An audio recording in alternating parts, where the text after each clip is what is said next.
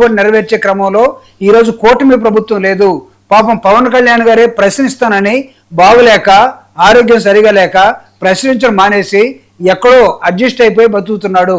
కాబట్టి మొత్తం ఎక్కడో ఏదో జరుగుతూ ఉంది. ఇంకొక అడుగు ఇందాక పెద్దలు చెప్పినట్టుగా లోకేష్ గారు ఏమన్నా ముఖ్యమంత్రి అవుతారేమో, పాపం చంద్రబాబు నాయుడు గారు దానిలో ఉండటం తప్పు కూడా నేను అనుకోవట్లేదు.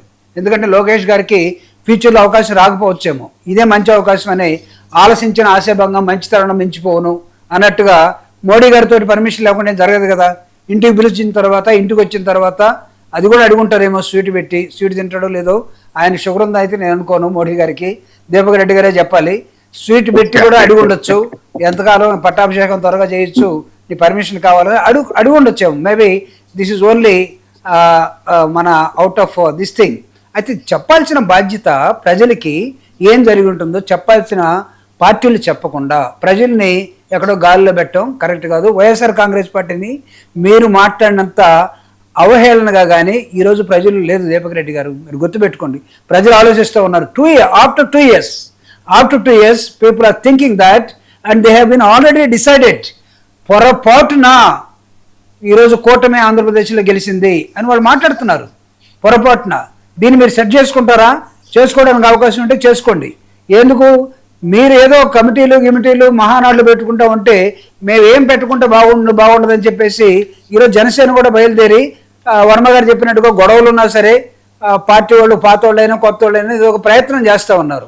సో మీ ప్రయత్నానికి వాళ్ళు కూడా ఒక నిర్మాణానికి వస్తూ ఉన్నారు.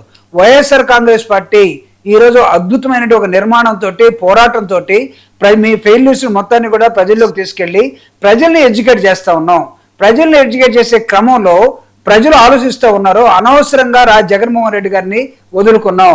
కారణం ఏంటంటే 2 సంవత్సరాలుగా ఈ రాష్ట్రంలో ఏ వెల్ఫేర్ యాక్టివిటీ లేదు, ఎక్కడ డెవలప్మెంట్ లేదు.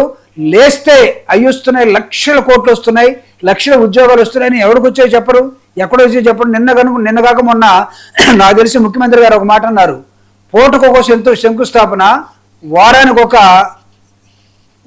ఒక విదేశీ పెట్టుబడిదారులు వారానికి ఒక ఇన్వెస్ట్మెంట్, రోజుకొక ప్రారంభం. ఏంటిది? నిజంగా ప్రతిరోజు ప్రారంభాలు జరుగుతూ ఉన్నాయా? ఫ్యాక్టరీలు వస్తూ ఉన్నాయా? వస్తే చెప్పండి. మీరు దేశం మొత్తం మీద అసలు ఆంధ్రప్రదేశ్ నిజంగా అద్భుతమైనటువంటి దానిలో ఉందా? ఉంటే ఎందుకు అమరావతి అలా ఎండిపోయినట్టు కనబడుతూ ఉంది? ఎందుకు అమరావతి ఇంకా ఏం వెలగకుండా అట్లా ఉన్నది?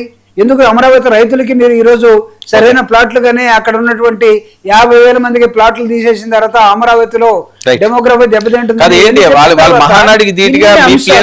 అంశాలని మీరు దాటేసే క్రమంలో ప్రజలకు సమాధానం చెప్పకుండా అల్టిమేట్ గా యు ఆర్ అస్ మొత్తం we are responsible to the people ఒక రాజకీయ పార్టీగా. కానీ మీరు దాటేస్తూ ఉన్నారు.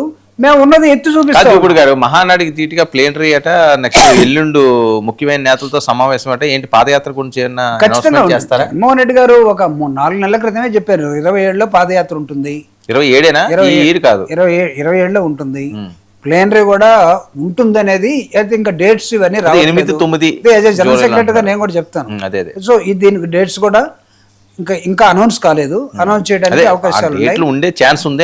ఖచ్చితంగా ఉంటాయి. మేము ఆర్గనైజ్డ్ గా ముందుకెళ్తా ఉన్నాం. అందుకే కదా దీపక్ రెడ్డి గారి దగ్గరుండి ఎవరు ఎక్కువ మాట్లాడతారో వాళ్ళందరి మీద కేసులు పెట్టించే బాధ్యత దీపక్ రెడ్డి గారు తీసుకున్నట్టున్నారు. అదేంటి సోషల్ మీడియా మొత్తం ఎవరన్నా ఏం మాట్లాడినా సరే వాళ్ళ మీద ఒక కేసు, వెంటనే పోలీసులు రావటం, మీరు ఉంటారా పోతారా అన్నట్టుగా మాట్లాడటం. ఈ రోజు ప్రతి వాళ్ళ మీద కేసు పెట్టేసారండి. పోలీసు రాజ్యాన్ని నడుపుతున్నారా మీరు? అడుగుతా ఉండండి. గఫూర్ గారు ఇది sir TDP YCP version sir. Me video of అయింది. వచ్చేస్తుంది ఒక్క నిమిషంలో వచ్చేస్తుంది. ఓకే సాంబశివరావు గారు మీరు మాట్లాడతారా?